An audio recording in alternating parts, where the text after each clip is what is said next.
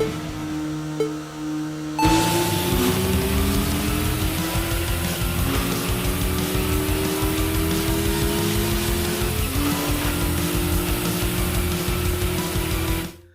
for Speed games are few and far between. The two big racing juggernauts, Gran Turismo and Forza, have almost entirely disappeared into the online dependency realms. And licensed games like Formula 1 have become so simulation heavy that casual gamers might feel left out.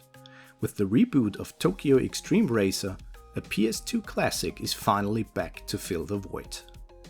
Welcome to the Does It Play offline review series, where we look at physical video game releases to see how well preserved they are.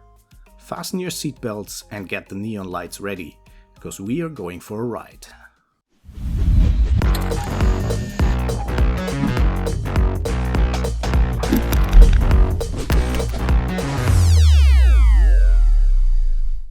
Tokyo Xtreme Racer is blasting onto PS5, and it is exactly the racing experience you want when you come home from a long day. So what exactly does the disc build offer in terms of content? Good news once again, we have a full game on this disc that offers dozens of hours of gameplay, especially if you want to go for the Platinum Trophy, which involves a New Game Plus playthrough. In terms of cars, you have all the Japanese legends you can think of. Starting off with a Toyota Sprinter Terreno, upgrading to Nissan Silvias, finally unlocking Fast and Furious legends like the Honda S2000 or the Skyline R34. All the way to the modern reboots like a Nissan GT-R or rockets like the Lexus LFA. To edge out the win, you have a pretty vast selection of tuning options. Over time, you win points to unlock engine upgrades, better brakes, more efficient exhaust systems, and more. Depending on your upgrades, you can optimize your car even further with specific settings like the gear ratio or the ride height or the torque distribution between axles. It also wouldn't be a proper celebration of JDM legends without visual tuning. Paint jobs, neon lights, millions of stickers and vinyls, it's all there. Step by step you turn your boring stock car from this into this into a flashy monster of a race car. Speaking of racing, the actual battles offer far less variety. They always follow the same principles. Approach your enemy while cruising on Tokyo's expressways. Flash your lights, race, and try to stay ahead until the stamina bar of your enemy is depleted. Sometimes you race multiple opponents one after the other. In rare cases, you race multiple cars at the same time. The only thing that gets tricky over time are narrow roads and tight turns, as your car and the enemies become faster.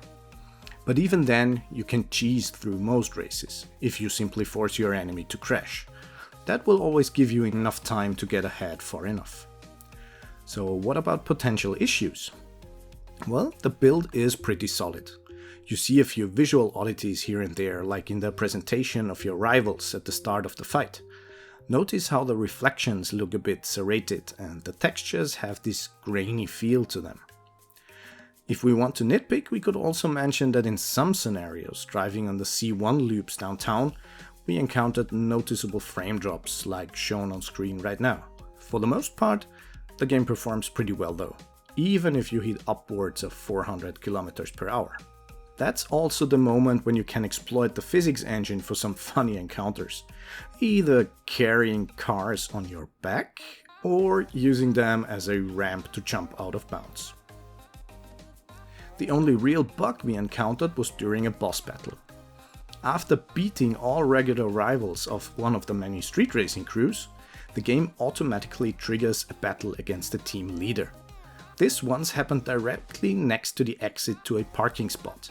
The team leader was spawned in a way that he had to enter the parking lot to avoid crashing into us. That left their car stuck in the parking lot while we were stuck in the automatic animation for the car presentation at the beginning of each battle. We were unable to control the car anymore and the battle didn't initiate properly. That forced us to restart the game. Overall, this is definitely a game to get though.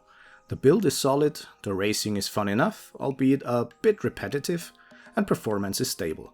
In a time where we can definitely use more competent racing games, Tokyo Xtreme Racer is the perfect fit. For now, this is only an import title, but we will leave a few links in the description of stores that carry it in the West. What are your favorite racing titles this generation? Or do you have favorites from retro consoles? Let us know in the comments. And please, don't forget to like and share our content. Subscribe to the channel too if you don't want to miss our future videos. We would like to thank all supporters so far and hope more of you will join our Patreon to support our research and the work towards better game preservation. If you want to help us out, we will leave a few links for you to do so. As always, thank you for watching. We will see you next time.